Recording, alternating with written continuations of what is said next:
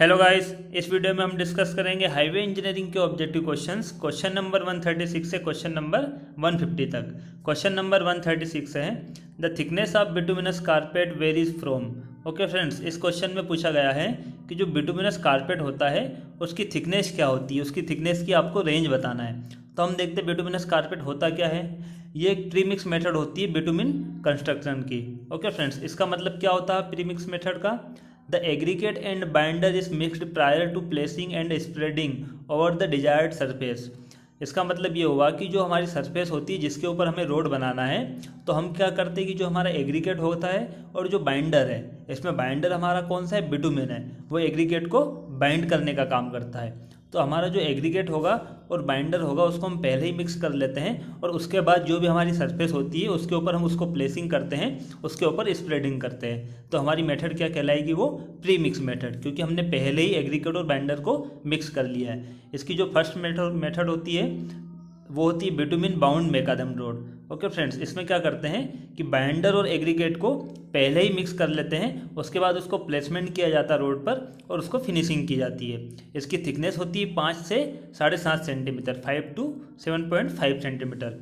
ये हमारा फर्स्ट हुआ बिटुमिन बाउंड मेकाडम। सेकंड हमारा है बिटुमिनस कारपेट। ये आपको नाम से ही समझ में आ रहा है, कारपेट। कारपेट का मतलब क्या होता है, जो सबसे ऊपर होता है। ठीक है, जो सबसे ऊपर होता है वो हमारा क्या हो जाएगा, कारपेट। तो बिटुमिनस कारपेट का हम यूज़ कहाँ पर करते हैं, surface course layer only, recommended for surface course layer only. ठीक है, इसका यूज़ हम कहाँ पर करेंगे, रोड की सरफेस कोर्स के लिए। आपको मैंने लास्ट वीडियो में बताया था कि जो रोड होता है वो अलग अलग लेयर्स में बना होता है। उसकी स्पेस जो सबसे नीचे वाली होती है वो लेयर सबग्रेड कहलाएगी। उसके ऊपर जो लेयर होती है सब बेस होती है, बेस कोर्स। और सबसे जो ऊपर वाली होगी टॉप सरफेस, ये क्या कहलाएगी, हमारी सरफेस कोर्स। सरफेस कोर्स भी इसको कहते हैं हम, या टॉप सरफेस भी होती है हमारी ये, और वेयरिंग कोर्स भी इसको कहा जाता है। ठीक है, तो इसको हम क्या करते हैं, इसको प्रीमिक्स करते हैं। 10 से 12 mm साइज की चिपिंग होती है। जो एग्रीगेट होगा जो चिप जैसा होगा, ठीक है, इस शेप में दिखेगा, उसका साइज क्या होगा, 10 से 12 mm साइज होगा।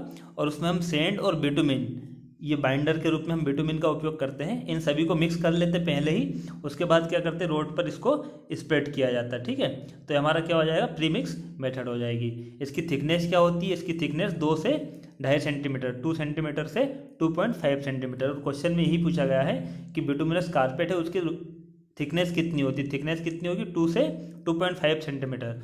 और इसको कन्वर्ट करेंगे एमएम में तो कितना हो जाएगा, 20 से 25 mm। ठीक है, तो हमारा आंसर क्या हो जाएगा, थिकनेस ऑफ बिटुमिनस कारपेट 20 से 25। Answer A is correct. Okay friends, तो हम इसमें और देखते हैं और कौन कौन सी मेथड्स होती है। एक थर्ड मेथड होती है बिटुमिनस कॉन्क्रीट। कॉन्क्रीट का मतलब आपने सीमेंट कॉन्क्रीट सुना होगा। उसमें हम क्या करते हैं, सीमेंट कॉन्क्रीट में बाइंडर के रूप में सीमेंट का यूज़ करते हैं। इसमें बिटुमिनस कॉन्क्रीट है, उसका नाम सीमेंट कॉन्क्रीट था, इसलिए उसमें हम सीमेंट बाइंडर के रूप में यूज़ करते हैं। ये बिटुमिनस कॉन्क्रीट है, तो उसमें हमारा जो बाइंडर होगा वो कौन सा होगा, बिटुमिन होगा। इसमें हम coarse aggregate, okay, fine aggregate और इसमें बिटुमिन का यूज़ करते हैं एज अ बाइंडर।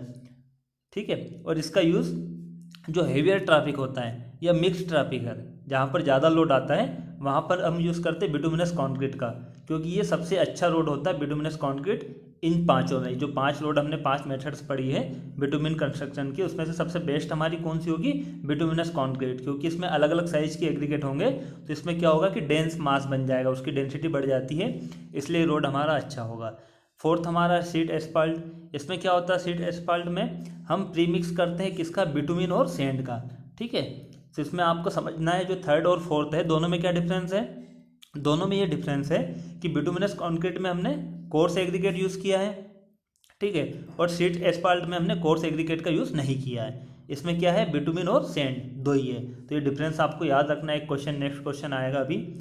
फिफ्थ हमारा है मेस्टिक एस्फाल्ट। इसमें हम क्या करते हैं, मेस्टिक एस्फाल्ट में इसमें बिटुमिन तो बाइंडर होगा, पाँचों में हमारा जो बाइंडर था, पाँचों मेथड में कौन था, वो बाइंडर हमारा बिटुमिन था। ठीक है, इसमें स्टोन फिलर्स होते हैं और कुछ मिनरल पाउडर का यूज़ करके उसको गर्म करते हैं और मिक्स किया जाता है, तो हमारा वो कौन सा बन जाता है, मेस्टिक एस्फाल्ट। ओके फ्रेंड्स, तो हमने पांचों मेथड पढ़ लिए, तो हमारा आंसर क्या हो जाएगा, क्वेश्चन नंबर 136 का आंसर ए इज करेक्ट।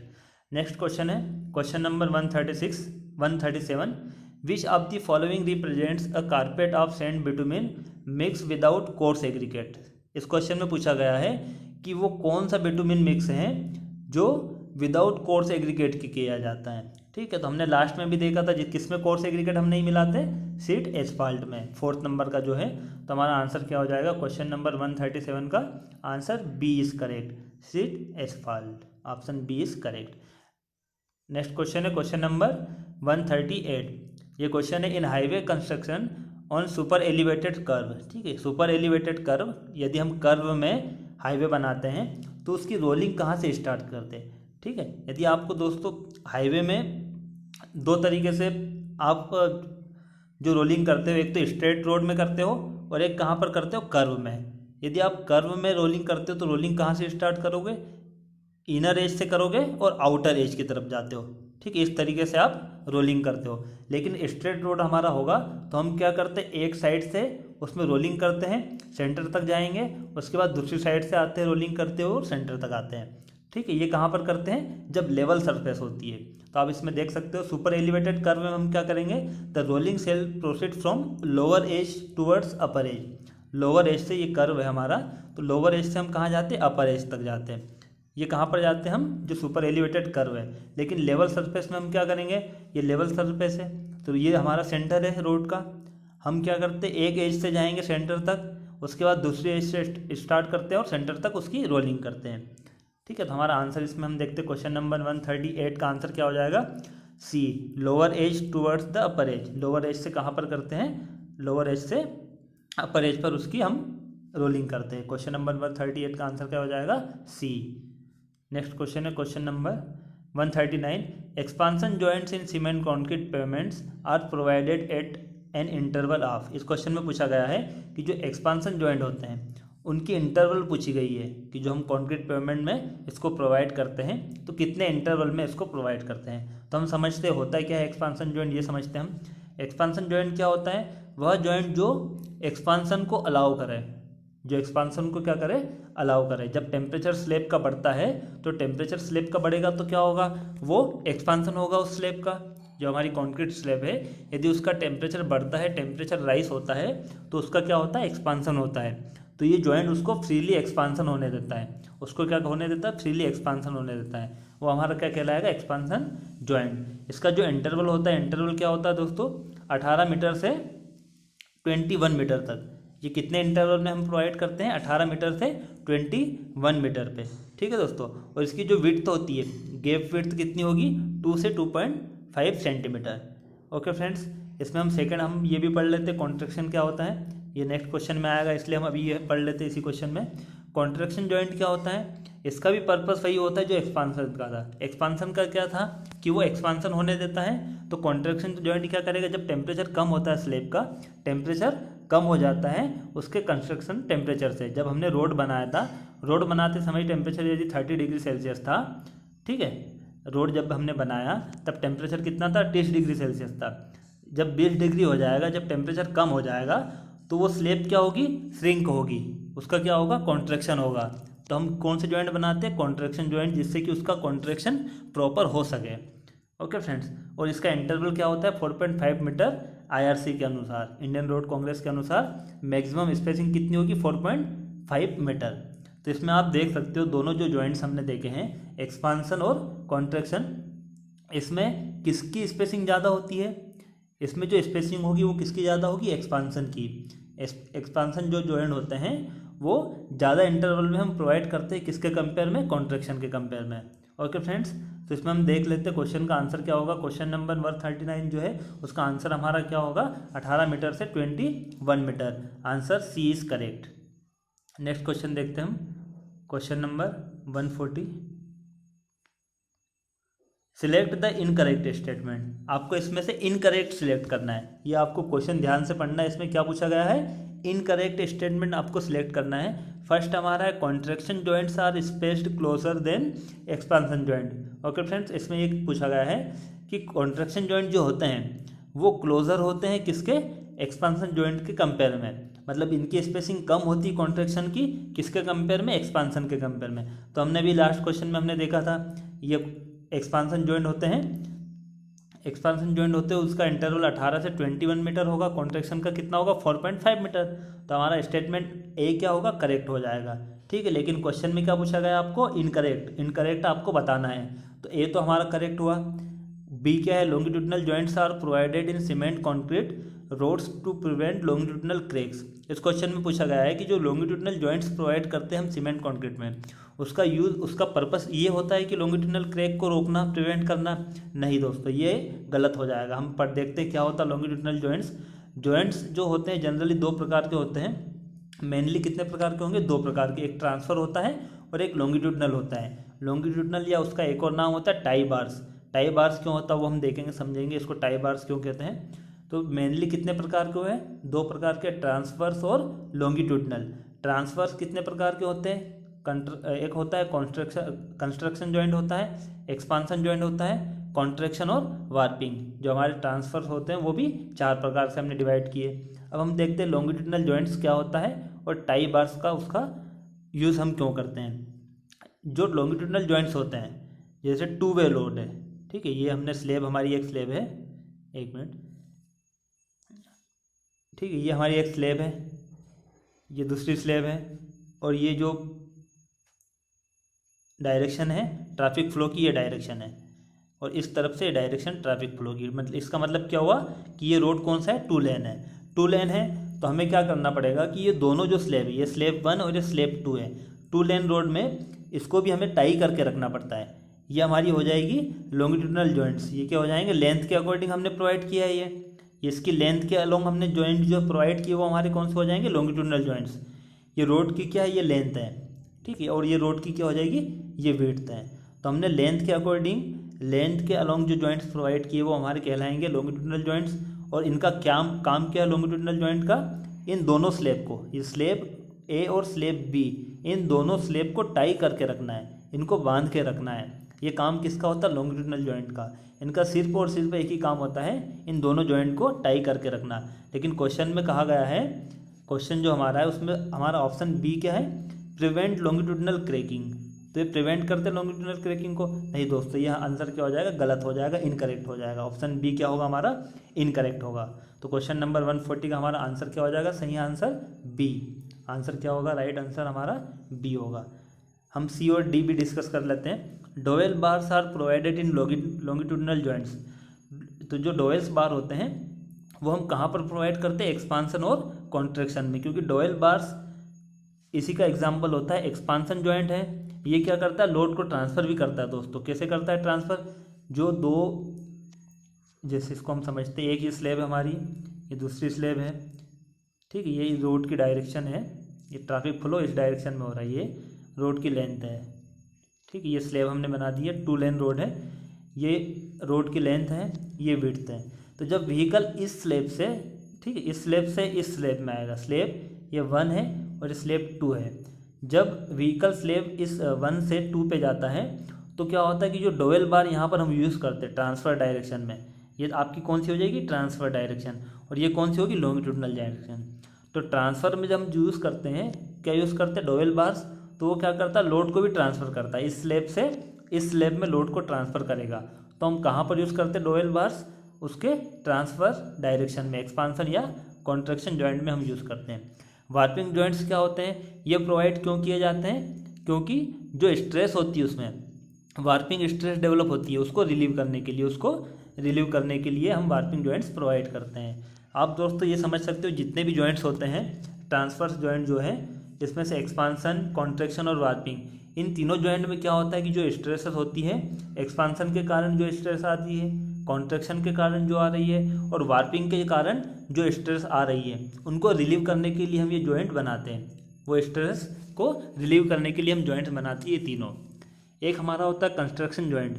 ये कंस्ट्रक्शन जॉइंट का मतलब होता है कि यदि आपने स्लेब बनाई और वो स्लेब, जैसे ये एक स्लेब आपने बनाई, इसके बाद आपने एक्सपांसन और कॉन्ट्रैक्शन जॉइंट बनाए, उसके बाद आपने दूसरी स्लेब बनाई, लेकिन उस दूसरी स्लेब का काम आप पूरा नहीं कर पाए और किसी कारण से वो काम आपका रुक गया, ठीक है, या तो टाइम आपका हो गया कि शाम को 6 बज गए और लेबर सभी चले गए तो आपका काम नहीं हो पाया, या किसी भी कारण से यदि वो स्लेब कंप्लीट नहीं हो पाती एक स्लेब, तो वहाँ पर हम कौन से जॉइंट बना देते हैं, कंस्ट्रक्शन जॉइंट, ठीक है, वो नाम से ही समझ में आ रहा है आपको, निर्माण जॉइंट है। तो वो निर्माण के समय हम बना देते जब हमारा काम पूरा नहीं हो पाता है, और फिर नेक्स्ट डे हम जब आएंगे तो ये जॉइंट से दूसरी स्लेब हम बनाते हैं, उस स्लेब का काम कंप्लीट कर लेते हैं, उस स्लेब पूरी बना लेते हैं, ठीक है, और इस जॉइंट से वो जॉइंट हो जाती है। जनरली इसको हम अवॉइड करते हैं कि कंस्ट्रक्शन जॉइंट ना बनाना पड़े। ओके फ्रेंड्स, तो आप समझ चुके होंगे चारों जॉइंट।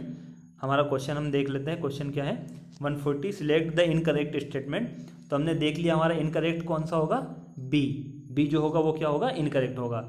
और डोवेल बार्स कहाँ प्रोवाइड किए जाते हैं, लॉन्गिट्यूडिनल जॉइंट्स में भी वो प्रोवाइड किए जाते हैं, ठीक है। ये लॉन्गिट्यूडिनल जो होते हैं एक्सपांसन और कॉन्ट्रैक्शन में तो हम प्रोवाइड करते ही हैं, डोवेल बार्स हम एक्सपांसन और कॉन्ट्रैक्शन में करेंगे, लेकिन होंगे क्या है, लॉन्गिट्यूडिनल भी होते हैं। तो हमारा ये भी ऑप्शन सी भी सही होगा इसमें, 140 का सी ऑप्शन भी हमारा सही होगा, बी इनकरेक्ट है। Question number 140 B is correct answer.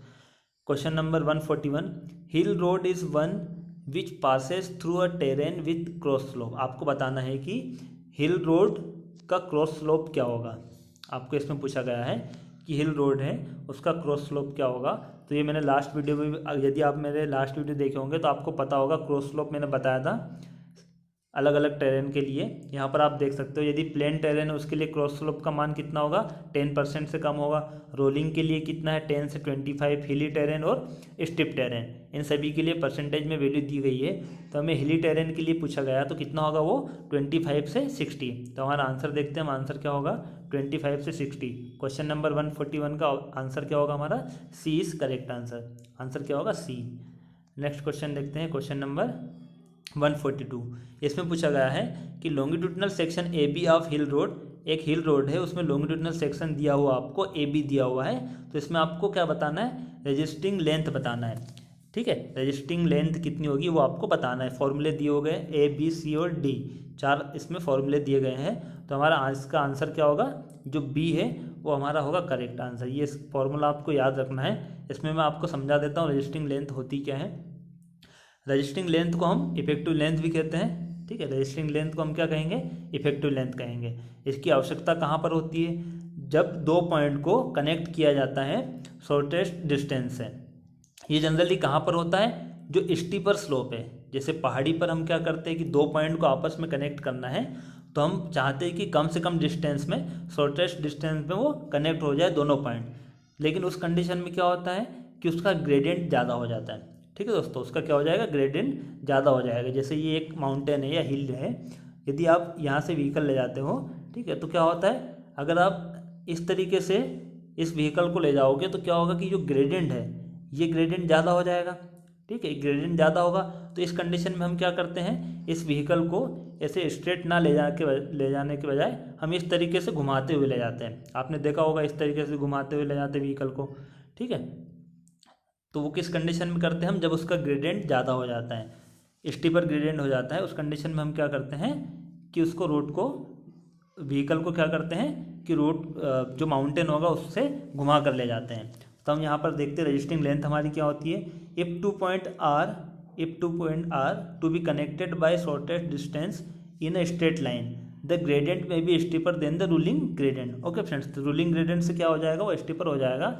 इसलिए हम क्या करते हैं, becomes necessary to increase the length so as to have the desire ruling gradient. तो हम क्या करते हैं, उसकी लेंथ बढ़ा देते हैं। हम डायरेक्ट उस व्हीकल को उस पहाड़ पे इस तरीके से ना ले जाकर, इस तरीके से उसको ना ले जाकर हम क्या करते हैं, उसको घुमा कर ले जाते हैं और उसकी लेंथ बढ़ा देते हैं। तो जितनी लेंथ बढ़ाते हैं वो हमारी क्या कहलाएगी, वो रजिस्टिंग लेंथ या इफेक्टिव लेंथ कहलाएगी। उसका फॉर्मूला आप यहाँ पर देख सकते हो।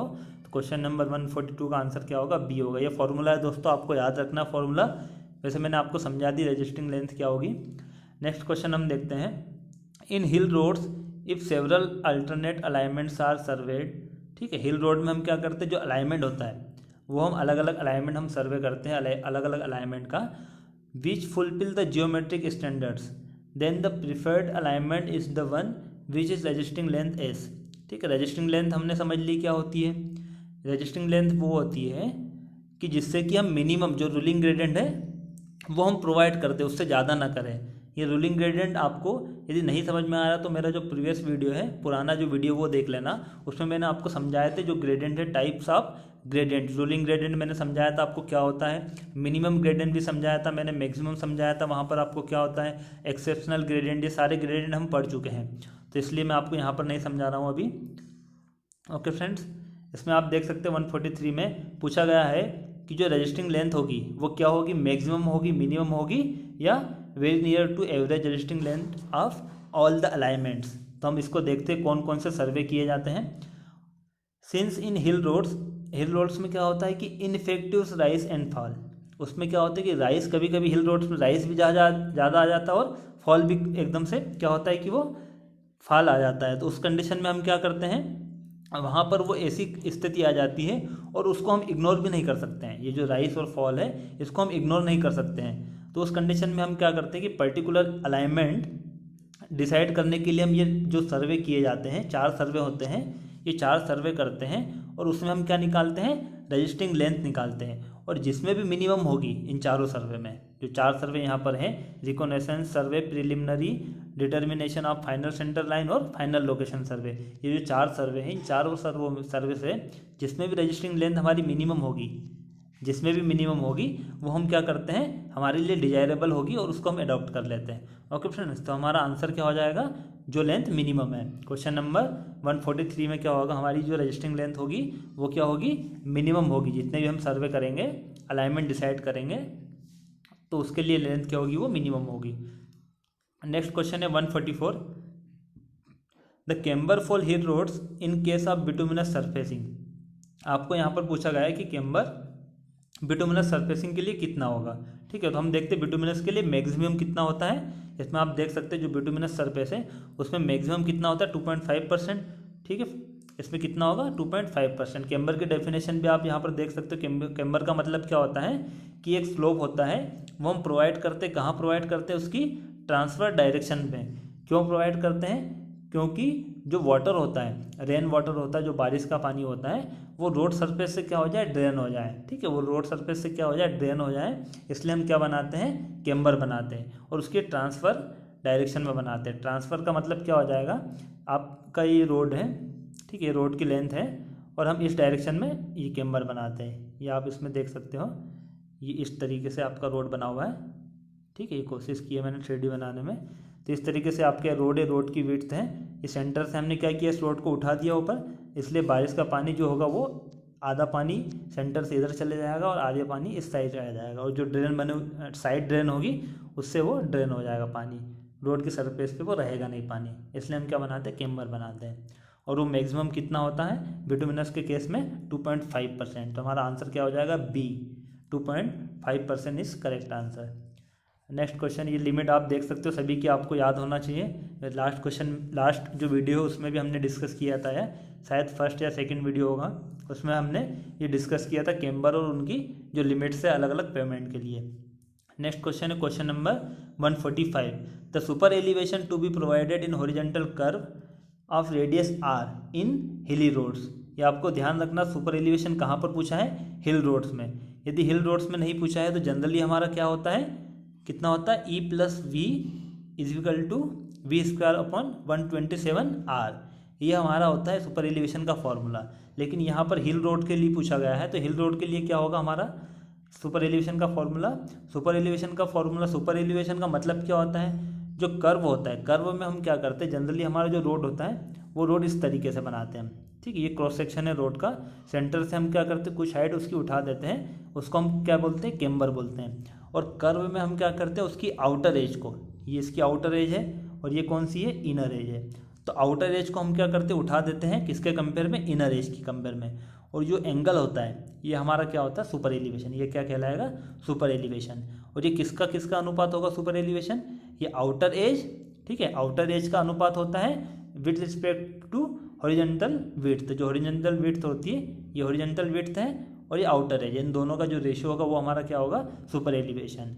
और हिल रोड्स के केस में क्या होता है, V² / 225R, 225R होगा। क्वेश्चन नंबर 145 का आंसर होगा दोस्तों C is correct answer. Next question है 146 the minimum design speed for hairpin bends in hill roads is taken as. इस क्वेश्चन में पूछा गया है कि जो हेयर पिन बेंड्स टाइप के जो रोड होते हैं, इस प्रकार के जो रोड्स होते हैं, उसमें मिनिमम डिज़ाइन स्पीड क्या होती है। ओके फ्रेंड्स, इस क्वेश्चन में क्या पूछा गया है, मिनिमम डिज़ाइन स्पीड। तो हम देखते हैं ये होता क्या है, हेयर पिन। हेयर पिन का मतलब आपने देखा होगा, इस प्रकार का जो रोड होता है वो क्या होता है, हेयर पिन। ये किसके जैसा दिखाई देता है, जो हेयर में जो पिन लगाते हैं, जो गर्ल्स जो लेडीज से जो पिन लगाती है हेयर में, उस तरीके का ये दिखाई देगा। तो इसका नाम क्या रखा गया है, हेयर पिन। इस टाइप के रोड में पूछा गया है कि मिनिमम स्पीड कितनी होगी। तो ये IRC के अनुसार जो दी हुई है, इनकी जो लिमिट्स होती है, मिनिमम डिज़ाइन स्पीड कितनी होती है, 20 kmph होगी। Minimum length of transition curve कितनी होगी, 15 मीटर होती है। इसमें ग्रेडियंट भी आप देख सकते हैं, मैक्सिमम कितना होगा 1/40 और मिनिमम होता है 1/200। सुपर एलिवेशन कितना प्रोवाइड कर सकते हैं उसमें, 1/10, या मैक्सिमम कितना होगा 10%। ओके फ्रेंड्स, तो ये लिमिट आप याद रख सकते हो सारी। तो हमारा क्वेश्चन में क्या पूछा गया, मिनिमम डिज़ाइन स्पीड पूछी गई है। तो कितनी होगी मिनिमम डिज़ाइन स्पीड, कितनी होगी 20 kmph। क्वेश्चन नंबर 146 का आंसर होगा A is correct, 20 kmph। Next question है question number 147 the drain which is provided parallel to roadway to intercept the divert the water from hill slope. ठीक है, hill slope को divert करने के लिए इस नोन एस, वो क्या कहलाएगा। आपको इस क्वेश्चन में पूछा गया है कि रोड के पैरेलल में हम जो ड्रेन प्रोवाइड करते हैं, कहाँ पर, हिल पर। ठीक है, हिली एरिया में रोड के पैरेलल जो समानांतर जो ड्रेन प्रोवाइड करते हैं वो क्या कहलाएगा। ठीक है, हम समझते हैं उसको हम क्या कहेंगे, हम उसको समझते हैं इस क्वेश्चन को। हिल रोड्स में क्या होता है कि ड्रेन जो प्रोवाइड करते हैं हम जनरली उसको एक ही साइड करते हैं। जनरली हम कहाँ पर करते हैं, साइड कटिंग जहाँ पर होती है वहाँ पर हम जनरली कहाँ पर प्रोवाइड करते हैं, ओनली वन साइड। हिल रोड के ओनली वन साइड प्रोवाइड करते हैं। आप इस फिगर में देख सकते हो, इसमें ड्रेन ऑन बोथ साइड, ये ए वाला जो फिगर है इसमें क्या किया है, ड्रेन को दोनों साइड बनाया हिल रोड में, और बी वाले में क्या है, ड्रेन ऑन हिल साइड। यदि हिल के अंदर से रोड जा रहा है, इस टाइप से ये हिल बना हुआ है और हिल की हमने कटिंग कर दी, ठीक है, इस तरीके से कटिंग की और यहाँ पर हमने रोड बना दिया, तो इस केस में क्या होगा, हिल की जब हमने कटिंग की हमने, उस रोड में हम ड्रेन दोनों साइड बनाते हैं। ठीक है, ड्रेन जो होगा दोनों साइड बनाएंगे। लेकिन यदि जो हिल है उसकी यदि हमने साइड कटिंग की है, यहाँ हमने रोड बना दिया है, तो उस कंडीशन में हम क्या करते हैं, ड्रेन एक ही साइड बनाते हैं और कहाँ बनाते हैं, वो इनर साइड या जो हिल है उस साइड बनाते हैं। ओके फ्रेंड्स, ये ध्यान से समझना है क्वेश्चन। नेक्स्ट क्वेश्चन आएगा अभी, ये कहाँ पर बनाते हैं हम, वन साइड बनाएंगे और कौन सी साइड होगी, वो हिल साइड होगी। ठीक है दोस्तों, तो आपको समझ में आ गया होगा इसमें कि ड्रेन ऑन बोथ साइड और ड्रेन ऑन हिल साइड, दो साइड हमने ड्रेन बनाई है। अब हमारा क्वेश्चन देखते हैं हम, क्वेश्चन क्या है। क्वेश्चन में हमें बताना है कि पैरेलल ड्रेन होगी वो क्या कहलाएगी, तो वो होगी हमारी केज ड्रेन। वो हमारी क्या कहलाएगी, केज ड्रेन कहलाएगी। वो क्या होती है, when the road runs in steep side hill, ठीक है, the water from the upper slope comes to the road surface and causes major damage of the road. Catch drain कहाँ पर बनाई जाती है, इस केस में क्या होता है, जो हमारा ये drain on hill roads, one side जो हमने ड्रेन प्रोवाइड की है, इस केस में क्या होता है कि हमारा जो रोड है, यदि ये जो पहाड़ है इसका सारा पानी रोड पे आ जाएगा तो रोड क्या हो जाता है, डैमेज हो जाता है। ठीक है, रोड को क्या हो जाएगा, डैमेज हो जाएगा। इसलिए हम उसको बचाने के लिए हम क्या करते हैं, हम जो हिल है, जैसे हमने ये साइड ड्रेन बनाया है, ये तो क्या होता है कि रोड के पैरेलल बनता है। जैसे ये रोड हम अगर ऊपर से देखेंगे तो रोड इस तरीके से दिखाई देगा, ये रोड की लेंथ है और ये रोड की विड्थ है। ठीक है, तो रोड के साइड में हम एक तो साइड ड्रेन बनाते हैं, ये हो जाएगा साइड ड्रेन। लेकिन हम हिल के भी क्या करते हैं, हिल के ऊपर इस तरीके से साइड ड्रेन बना देते हैं, जिसका नाम क्या होगा, केज ड्रेन। ये आप देख सकते हो केज ड्रेन है, ये इस साइड ऐसे बने हुए हैं, इस तरीके से बने हुए हैं। तो हिल का पानी क्या होगा, नीचे नहीं आएगा और हिल से ही वो साइड से होते हुए, अगर बाद में जो भी अगर नेचुरल ड्रेन आती या रिवर होगी वहाँ पर उसको डिस्चार्ज कर दिया जाता है। तो हमारा वो क्या कहलाता है, केज ड्रेन कहलाएगा। और ये हमारा इंटरमीडिएट केज ड्रेन है। ओके दोस्तों, आपको समझ में आ गया होगा केज ड्रेन किसको कहते हैं हम। जो साइड ड्रेन होता है उसी को हम यदि हिल पे बना देते हैं, जिससे कि हिल का पानी, जो माउंटेन है उसका पानी नीचे ना आ सके और उसी ड्रेन की सहायता से वो आगे चले जाएगा। और जहाँ पर हमको क्रॉस ड्रेनेज मिलता है या किसी प्रकार से नेचुरल हमको ड्रेनेज मिलता है, जैसे रिवर है या नाला है, तो वहाँ पर हम उसको ड्रेन कर देते हैं। ठीक है, तो हमारा आंसर क्या हो जाएगा क्वेश्चन नंबर 147 का answer B is correct, catch water drain. ठीक है, नेक्स्ट क्वेश्चन है question number 148, the walls which are necessary on the hill side of roadway where earth has to be retained from sleeping is known as.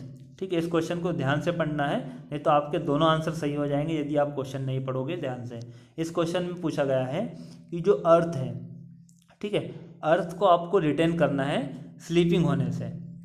ठीक है, इसमें क्या पूछा गया है कि जो अर्थ है उसको रिटेन करना है, वो स्लीप ना हो पाए, वो स्लीपिंग ना हो, इसलिए हमें कौन सी वॉल बनाना पड़ेगी, retaining wall, breast wall, parapet wall और नन ऑफ दी अबव। तो हम समझते होती क्या है रिटेनिंग वॉल और ब्रिस्ट वॉल क्या होती है। इस डायग्राम में आप देख सकते हो ब्रिस्ट वॉल यहाँ पर बनी हुई है, ये ब्रिस्ट वॉल आपकी बनी हुई है, और यहाँ पर क्या है रिटेनिंग वॉल है। इसकी डेफिनेशन देखते हैं, ब्रिस्ट वॉल की डेफिनेशन क्या होती है।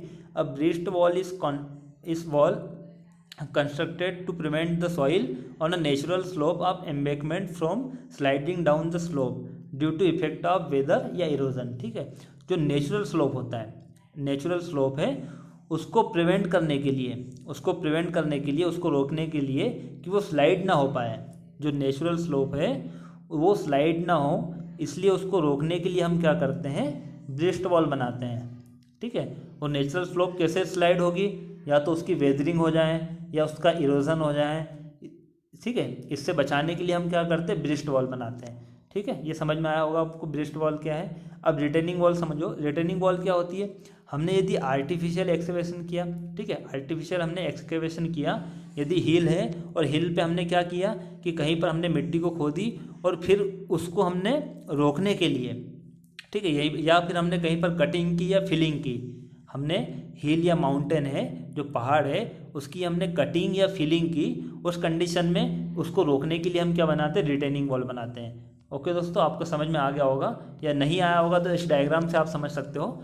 इसमें जो ब्रिस्ट वॉल आपको दिखाई दे रही है, ये आपकी जो ब्रिस्ट वॉल है, इसमें आप देखोगे तो जो नेचुरल स्लोप है उसी को रोकने के लिए हमने वॉल बनाई, तो हमारी क्या कहलाएगी, वो ब्रिस्ट वॉल है। और आप यहाँ पर देख सकते हो जो रिटेनिंग वॉल है, ये यहाँ पर हमने फिलिंग की है। ठीक है, ये हमने रोड बनाया और यहाँ पर हमने रोड के नीचे क्या की, फिलिंग की है, तो हमारा ये नेचुरल नहीं होगा, ये क्या होगा, आर्टिफिशियल है। तो आर्टिफिशियल हमारा जो स्लोप है उसको रोकने के लिए हम जो वॉल बनाते हैं वो हमारी कौन सी कहलाएगी, रिटेनिंग वॉल। ठीक है, तो हमारा हम देख लेते हैं आंसर क्या होगा, 148 का आंसर क्या होगा हमारा, ब्रिस्ट वॉल, क्योंकि नेचुरल स्लोप है, इसमें अर्थ दिया हुआ है, तो अर्थ का मतलब हो जाएगा नेचुरल स्लोप है, उसको हम रोकेंगे, उसको प्रिवेंट करने के लिए, उसको रिटेन करने के लिए, या उसको स्लीपिंग से रोकने के लिए हम कौन सी वॉल बनाते हैं, ब्रिस्ट वॉल। क्वेश्चन नंबर 148 का answer B is correct. Next question है question number 149, in hill roads the side drain are provided. ये मैंने आपको समझाया था, हिल रोड्स में हम साइड ड्रेन कहाँ प्रोवाइड करते हैं, यदि कटिंग है, इस तरीके से रोड है और कटिंग में बना हुआ है, तो हम क्या करते हैं, इस साइड बनाते हैं, हिल रोड की साइड, जिससे कि यदि हिल का पानी आता है तो रोड पे ना आए और इसी ड्रेन से वो चले जाए। या फिर हम कैच ड्रेन कहाँ बना देते हैं, हिल पर ही बना देंगे कैच ड्रेन। ठीक है दोस्तों, तो इसका आंसर क्या हो जाएगा, only on the hill side of road. Answer A is correct. Question number 149 का आंसर क्या होगा, A is correct. Question number 150, select the incorrect statement. इसमें से इनकरेक्ट स्टेटमेंट आपको सिलेक्ट करना है, 4 स्टेटमेंट दिए गए हैं, आपको क्या सिलेक्ट करना है, इनकरेक्ट क्या होगा। ठीक है, फर्स्ट हमारा emulsion is used for stabilising desert sand. ठीक है, इसमें कहा गया है कि जो इमल्सन होता है उसका यूज़ किया जाता है जो डेजर्ट सैंड होती है, जो रेगिस्तान में जो होती है, उस सैंड का स्टेबलाइजिंग करना है यदि हमें, तो वो इमल्सन का यूज़ करते हैं। तो हम दोस्तों समझ लेते हैं स्टेबलाइजिंग का मतलब क्या होता है। स्टेबलाइजेशन का मतलब होता है कि एक प्रोसेस होती है जिससे हम क्या करते हैं कि जो सॉइल है उसकी इंजीनियरिंग प्रॉपर्टीज़ को हम इम्प्रूव कर देते हैं, उसका जब निर्माण करने के पहले, बिफोर कंस्ट्रक्शन। उस सॉइल का हम यूज़ यदि निर्माण में करते हैं तो उसका कंस्ट्रक्शन करने से पहले उसकी इंजीनियरिंग प्रॉपर्टी को इम्प्रूव करना क्या कहलाएगा, स्टेबलाइजेशन, सॉइल स्टेबलाइजेशन कहलाएगा। ठीक है, ये डेजर्ट सैंड होती है। ठीक है, ये वेरी लाइट होती है, इसका कलर वेट कम होता है, ये कलर में येलो दिखाई देती है। आपने देखी होगी रेगिस्तान की जो रेत है, सैंड है, उसको कहा गया है डेजर्ट सैंड। उसमें हम इमल्सन का यूज़ करेंगे दोस्तों, तो ये हमारा करेक्ट आंसर होगा, इमल्सन का हम उसमें यूज़ करते हैं। यदि ब्लैक कॉटन सॉइल है, ब्लैक कॉटन सॉइल का मतलब हो जाता है कि उसमें श्रिंकेज और स्वेलिंग ज़्यादा आती है, ठीक है। जब वो पानी के कांटेक्ट में आती है, ये पानी उससे इवोपरेट होता है, तो ब्लैक कॉटन सॉइल में क्या होता है, श्रिंकेज और स्वेलिंग होती है। तो हम उसका स्टेबलाइजेशन कैसा करेंगे, लाइम के द्वारा करेंगे। तो ये भी हमारा करेक्ट आंसर हो जाएगा। जो ब्लैक कॉटन सॉइल होती है उसमें स्वेलिंग और श्रिंकेज को रोकने के लिए हम लाइम का उपयोग करते हैं स्टेबलाइजेशन के लिए। तो ये हमारा आंसर ये भी सही होगा। सी हमारा है, soil lime stabilisation is quite effective in warm region. Okay friends, तो ये हमारा ये भी आंसर सही होगा, सी बी। जो वार्म रीजन होगा वहाँ पर हम लाइम स्टेबलाइजेशन का यूज़ करते हैं, वो हमारा इफेक्टिव होता है। और ऑप्शन डी हमारा क्या हो जाएगा, गलत हो जाएगा। Soil cement stabilisation is quite durable for surface course, surface course के लिए वो ड्यूरेबल होता है। ये हमारा आंसर क्या होगा, इनकरेक्ट होगा। क्वेश्चन नंबर 150 का आंसर क्या हो जाएगा, हमारा करेक्ट आंसर होगा D. Okay friends, thank you for watching. यदि ये आपको वीडियो अच्छा लगा दोस्तों तो लाइक कीजिए, कमेंट कीजिए। यदि आपको किसी भी क्वेश्चन में डाउट हो, यदि पुराने वीडियो भी यदि आपने देखे होंगे, पुराने क्वेश्चंस में यदि किसी को डाउट हो तो आप कमेंट कर सकते हो। यदि ये वीडियो आपको अच्छा लगा तो इसको शेयर कीजिए और इस चैनल को सब्सक्राइब कीजिए, जिससे कि आपको लेटेस्ट वीडियो प्राप्त हो सके। ठीक है, थैंक यू।